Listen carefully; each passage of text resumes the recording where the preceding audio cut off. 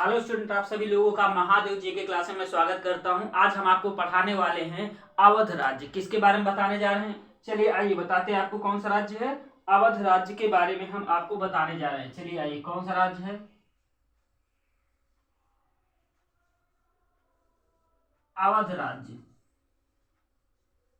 ठीक है, चलिए आइए देख लेते हैं कि अवध राज्य कहां से कहां तक फैला हुआ था। ठीक, इसके बारे में हम जान लेते हैं। चलिए, ये हमारा क्या हो गया? ये हमारा प्यारा सा भारत हो गया है। ठीक, यहाँ पे क्या था? यहाँ पे अवध, ये टोटल अवध राज्य के अंतर्गत आता था। यहाँ सकल अंग्रेजों का कब्जा था। किसका? अंग्रेज। इधर अंग्रेज शासन कर रहे थे और इधर नीचे की तरफ जो ये क्षेत्र थे, यहाँ पे मराठे थे। यहाँ पे मराठे थे और इस क्षेत्र में एमपी की तरफ से कौन सा राज्य पड़ता था? कन्नौज। कन्नौज क्षेत्र पड़ता था, कन्नौज। और यहां सकल कौन से थे? ये कर्मनाशा नदी के तट तक फैला हुआ था अवध राज्य। क्या? कर्मनाशा, कर्मनाशा नदी। ठीक है, इसी को हम लोग क्या कहते थे? अवध। ठीक, अवध। ठीक, इसी को अंग्रेज क्या समझते थे? बफर राज्य का स्टेट समझते थे इसको। क्या? बफर, बफर राज्य। ठीक, इसी को क्या समझते थे? बफर राज्य। तो अवध का जो क्षेत्र है, ये यहां सकल यहां तक, ये इन सब क्षेत्रों में अवध राज्य फैला हुआ था। चलिए आइए आप बात कर लेते हैं जो अवध राज्य के सफदर जंग के आगे के जो नवाब बनते हैं, उनका क्या नाम था? सुजाउद्दौला। चलिए आइए, सुजाउद्दौला, सुजाउद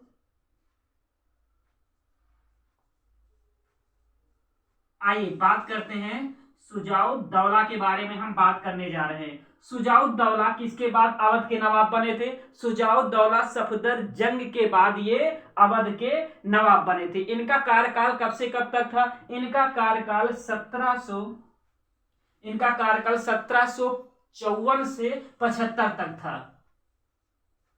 54 से 75 तक इनका कार्यकाल था। जब सुजाउद्दौला के पहले जो नवाब थे, जिनका नाम था सफदर जंग, उनकी मृत्यु के बाद उन्हीं का एक पुत्र था। कौन? सफदर जंग के पुत्र सुजाउद्दौला अवध के नवाब बने थे।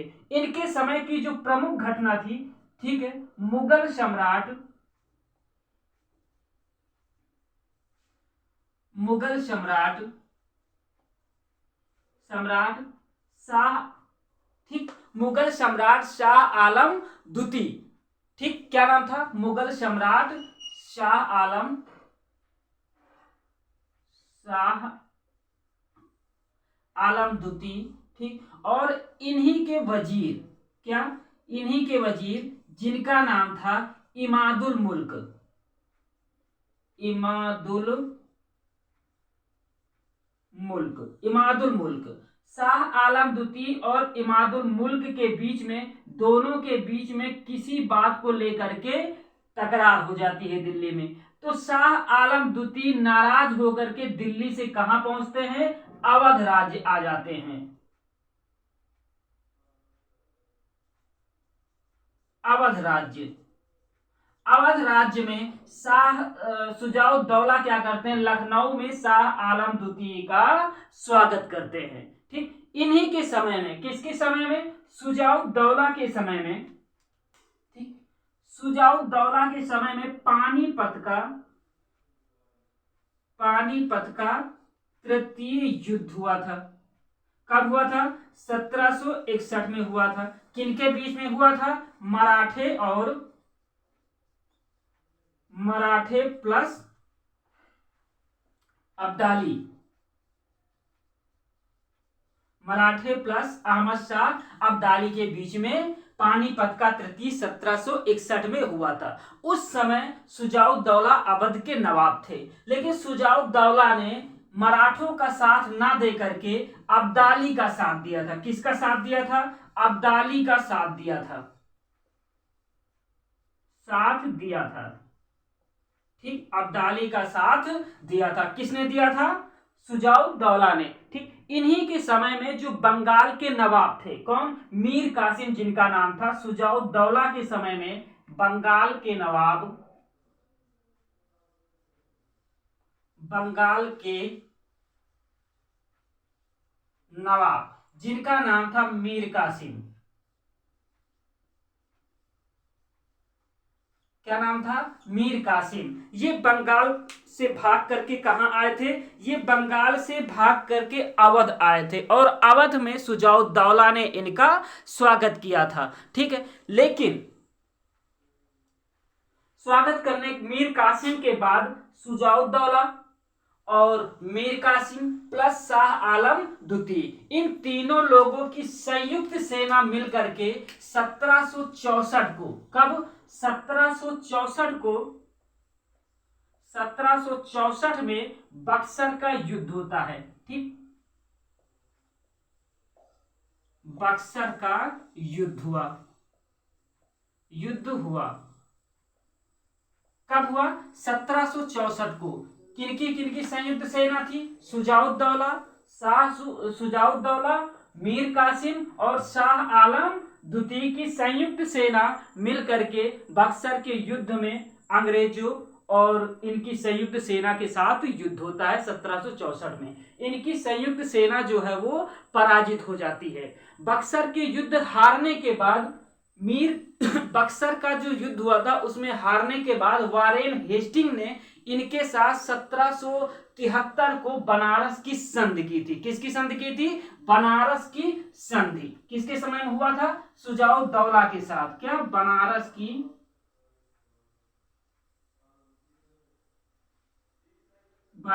की संधि, ठीक,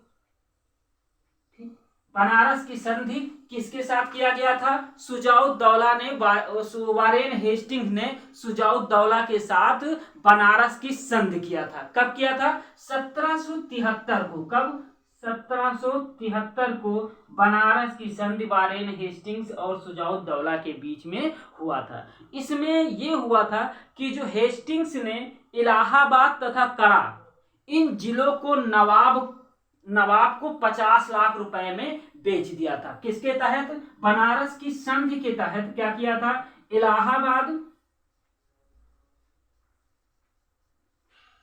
इलाहाबाद प्लस करा इन क्षेत्रों को, ठीक, अंग्रेजों ने 50 लाख में नवाब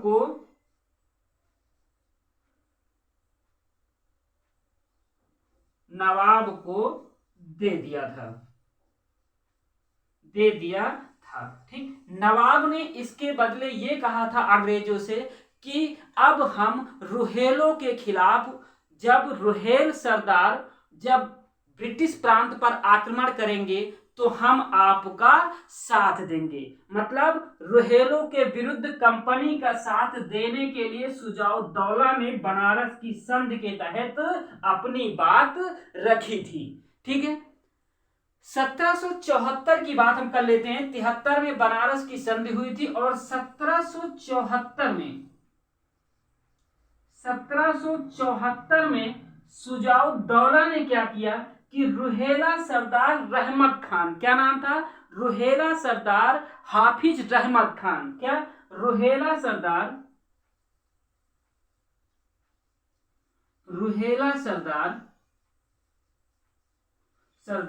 हाफिज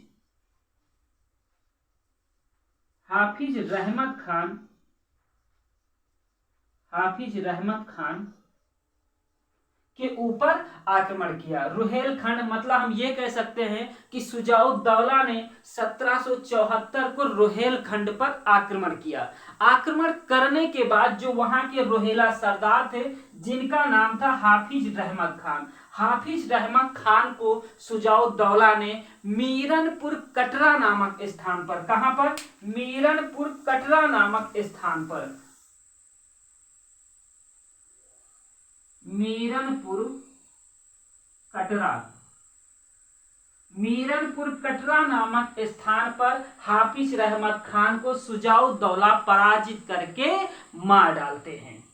और रुहेलखंड को अवध के क्षेत्र में शामिल कर लेते हैं। कब की घटना है? 1774 की ये घटना है। और 1775 में शुजाउद्दौला की मृत्यु हो गई। मृत्यु कब हुई?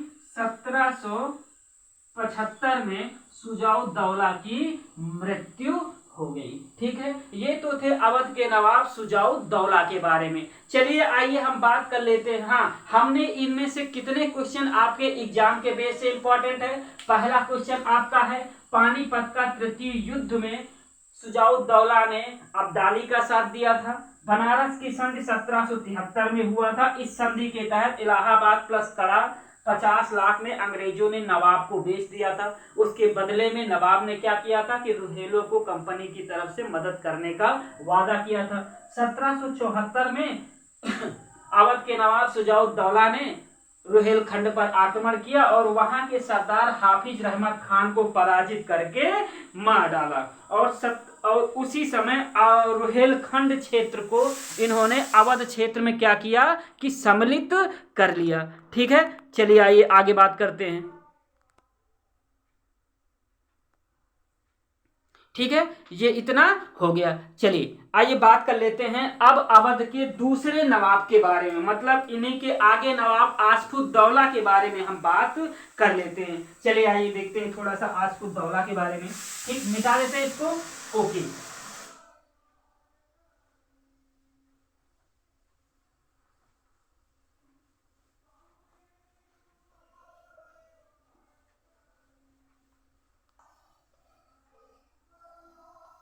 चलिए अगले नवाब कौन बने थे? आसफुद्दौला। ठीक है,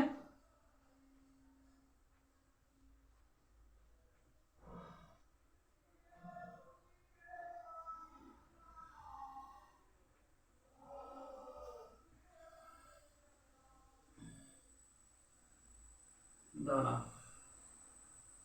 अगले नवाब आसफुद्दौला के बारे में हम आपको बताने जा रहे हैं। इनका कार्यकाल कब से कब तक था? इनका कार्यकाल 1775 से लेकर के 97 तक था। कब तक? 97 तक इनका कार्यकाल था। चलिए आइए थोड़ा सा इनके बारे में हम चर्चा कर लेते हैं। पहली बार आसफुद्दौला ने, इसके पहले राजधानी कहाँ पे थी? इसके पहले अवध की राजधानी कहाँ पे थी? फैजाबाद में। कहाँ पे थी? फैजाबाद में। लेकिन इनके समय में फैजाबाद राजधानी स्थानांतरित करके लखनऊ बनाया। ठीक है, आसफुद्दौला का कार्यकाल 1775 से लेकर के 1795 तक था। आसफुद्दौला जो था ये शुजाउद्दौला का बेटा था। पिता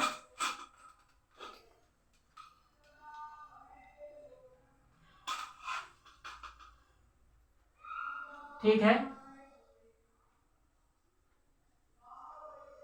पिता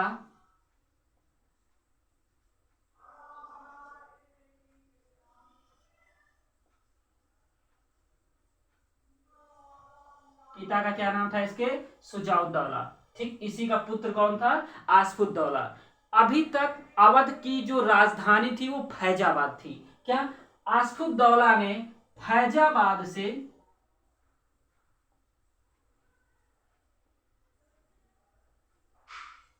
फैजाबाद से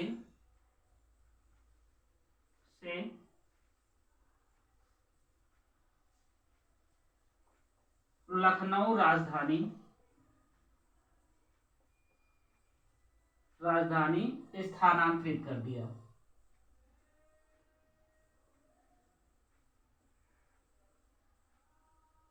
स्थानांतरित कर दिया। ठीक है, आसफुद्दौला ने मुहर्रम मनाने के लिए लखनऊ में एक इमाम बाड़ा बनवाया। क्या किया? आसफुद्दौला ने, इसी ने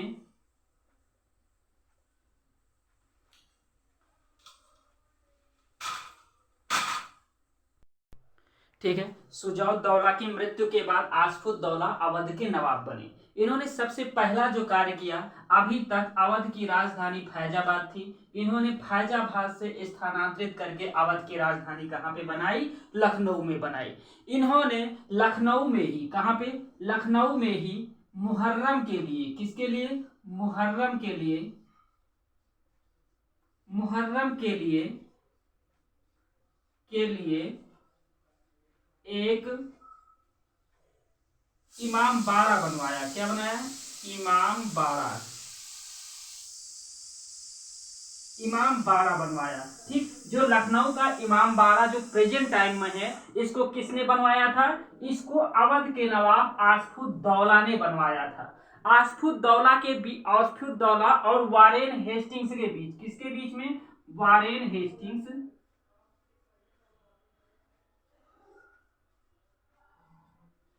वारेन हेस्टिंग्स प्लस आसफुद्दौला,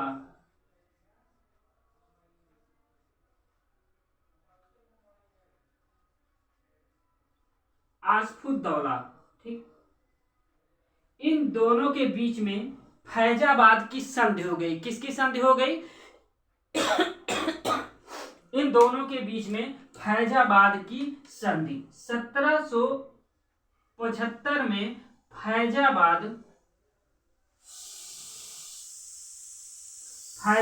की संधि हो गई। इस संधि के तहत, ठीक, किस संधि के तहत, फैजाबाद की संधि के तहत बनारस पर पूरी तरीके से शासन सत्ता, ठीक है, फैजाबाद संधि के तहत बनारस पर, कहां पे, बनारस,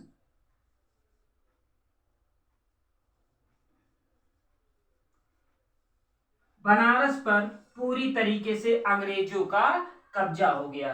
किस संधि के तहत, फैजाबाद की संधि के तहत बनारस पर अंग्रेजों का पूरी तरीके से कब्जा हो गया।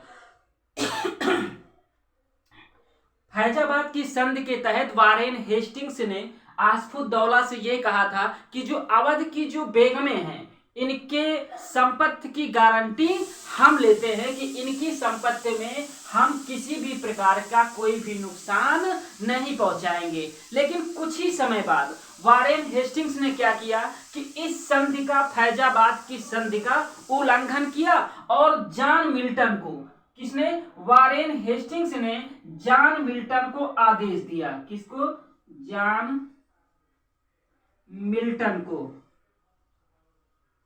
जॉन मिल्टन को आदेश दिया कि जाओ अवध की बेगमों से धन वसूल करो। किसने आदेश दिया था, वारेन हेस्टिंग्स ने किसको दिया था, जॉन मिल्टन को आदेश दिया कि जाइए आप अवध की बेगमों से आप धन वसूल करिए। ठीक, लेकिन जब वारेन हेस्टिंग्स जब लंदन जाता है, कहां पे, लंदन जब जाता है, तो वारेन हेस्टिंग्स पर महाभियोग का मुकदमा बर्क ने चलाया। क्या, बर्क ने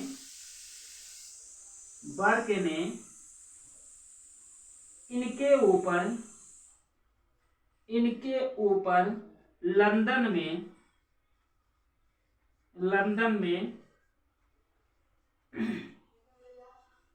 महाभियोग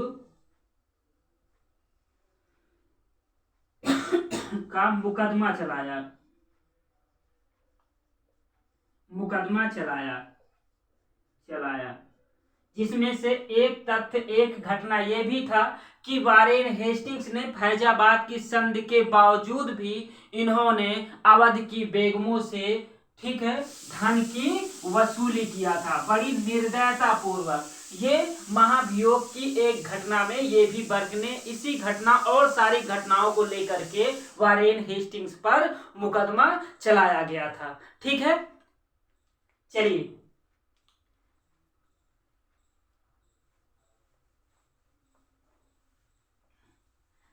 कुछ पॉइंट नोट कर लेते हैं, उसके बाद फिर इसके आगे के नवाबों के बारे में हम आपको बताते हैं। ठीक है, चलिए आगे कुछ पॉइंट है उनके बारे में नोट कर लेते हैं। ठीक है,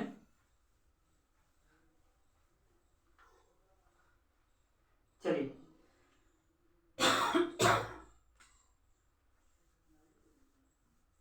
पहला पॉइंट क्या है, शुजाउद्दौला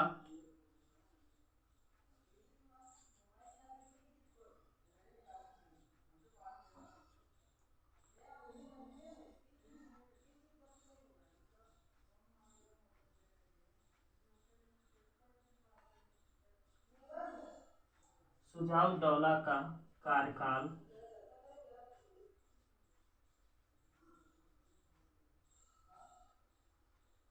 शुजाउद्दौला का कार्यकाल 1754 से लेकर के 1754 से लेकर कब तक था? 1775 तक था। ठीक है, चलिए दूसरा पॉइंट हमारा क्या है? दूसरा पॉइंट हमारा ये है कि शुजाउद्दौला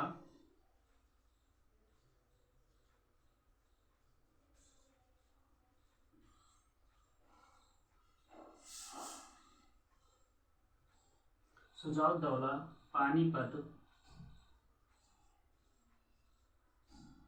शुजाउद्दौला पानीपत के तृतीय युद्ध में ये युद्ध कब हुआ था? 1761 में हुआ था। ठीक, तृतीय युद्ध में अहमद शाह अब्दाली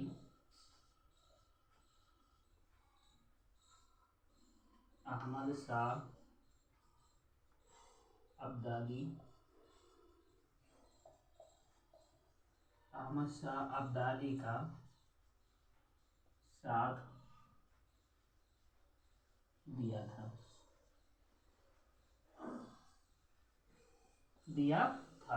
ठीक है, चलिए अगला पॉइंट हमारा क्या कह रहा है? अगला पॉइंट हमारा ये कह रहा है बक्सर के युद्ध के समय बक्सर के युद्ध के समय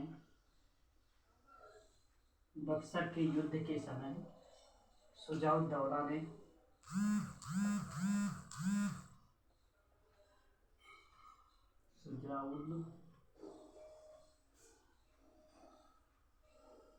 शुजाउद्दौला ने बक्सर के युद्ध के समय शुजाउद्दौला ने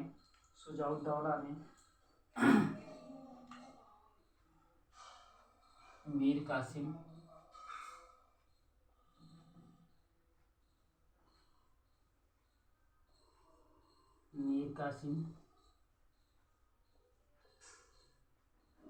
मुगल सम्राट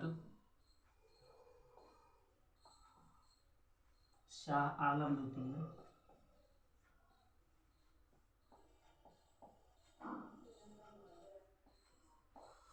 कौन कौन? मीर कासिम और मुगल सम्राट शाह आलम द्वितीय। ठीक है,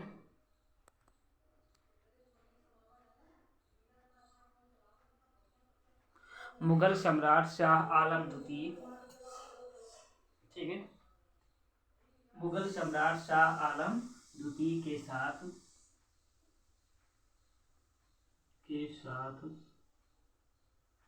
1764 को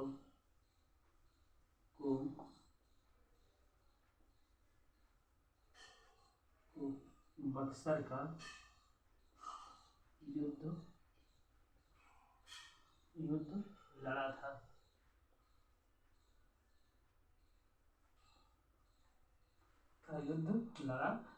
चलिए आइए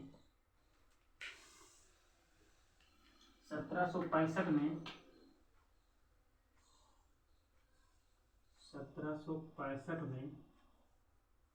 1765 में क्लाइव ने 1765 में क्लाइव ने अवध के नवाब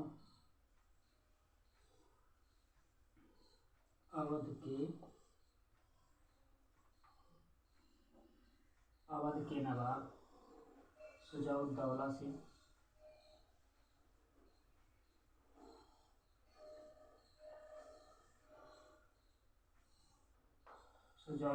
से कड़ा और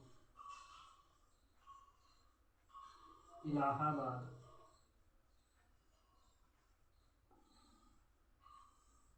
कड़ा और इलाहाबाद जिले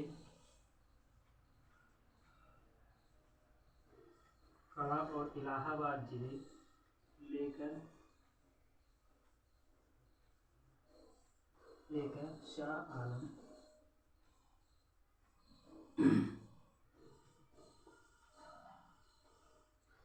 आलम को दे दिया। शाह आलम को दे दिया। ठीक, चलिए आइए अगला पॉइंट हमारा क्या कह रहा है। अगला पॉइंट हमारा ये कह रहा है कि बनारस की संधि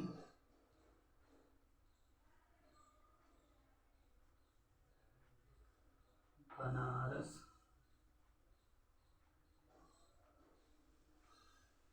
की संधि बनारस की संधि 1773 में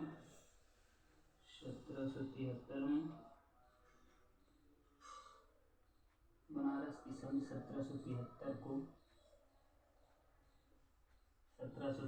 को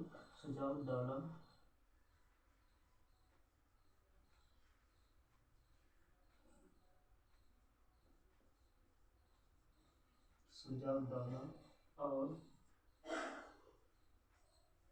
वारेन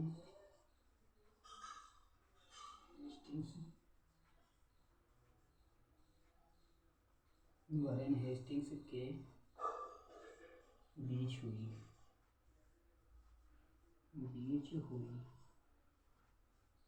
ठीक है। चलिए अगला पॉइंट हमारा क्या कह रहा है। अगला पॉइंट हमारा ये कह रहा है कि सुजाउद्दौला ने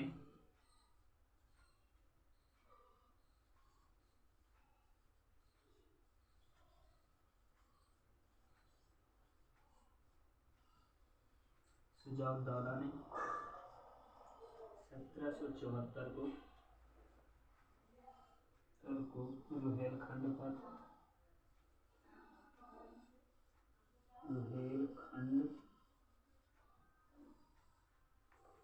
के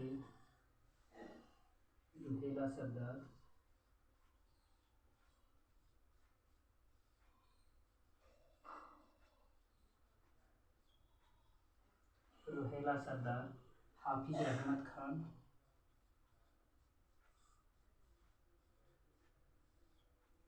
हाफिज रहमत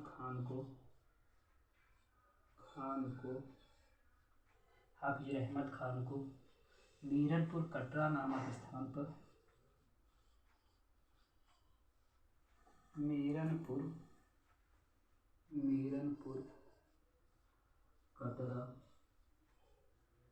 नामक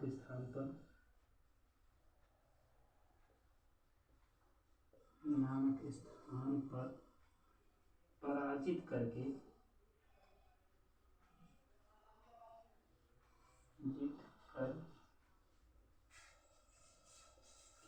मार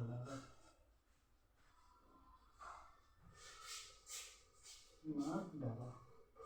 ठीक है। अगला पॉइंट क्या है। आसफुद्दौला ने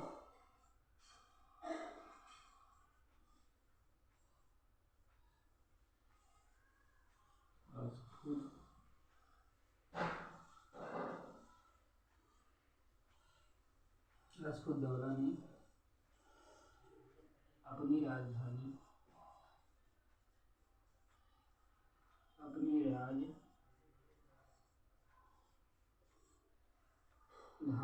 फैजाबाद से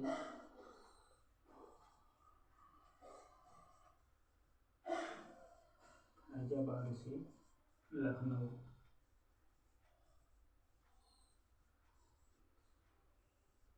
स्थानांतरित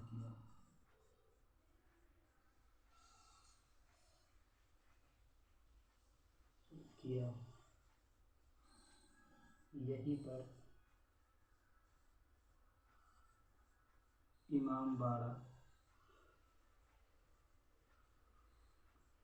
यहीं पर इमामबाड़ा बनवाया।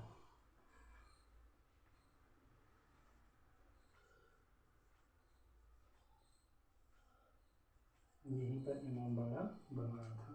ठीक है, चलिए एक और पॉइंट लिख लीजिए जहाँ बचा हुआ है। वारेन हेस्टिंग्स ने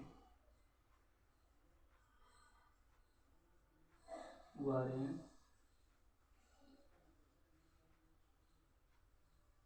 हेस्टिंग्स ने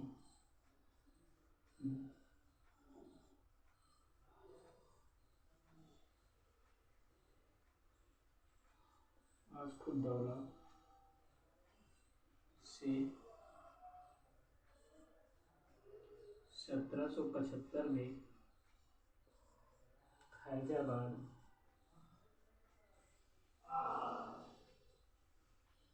फैजाबाद की संधि की थी। संधि की थी। ठीक,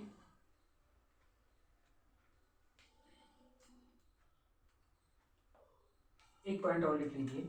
वारेन हेस्टिंग्स ने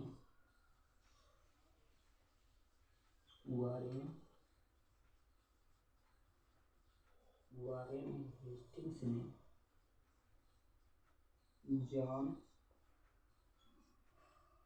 मिल्टन को अवध की बेगमों से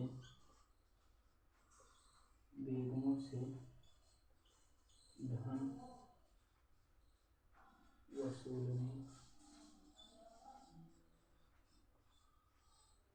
के आदेश दिए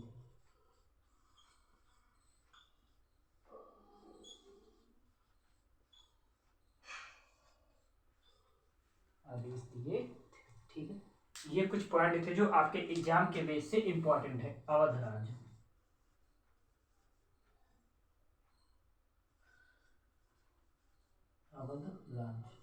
ठीक है,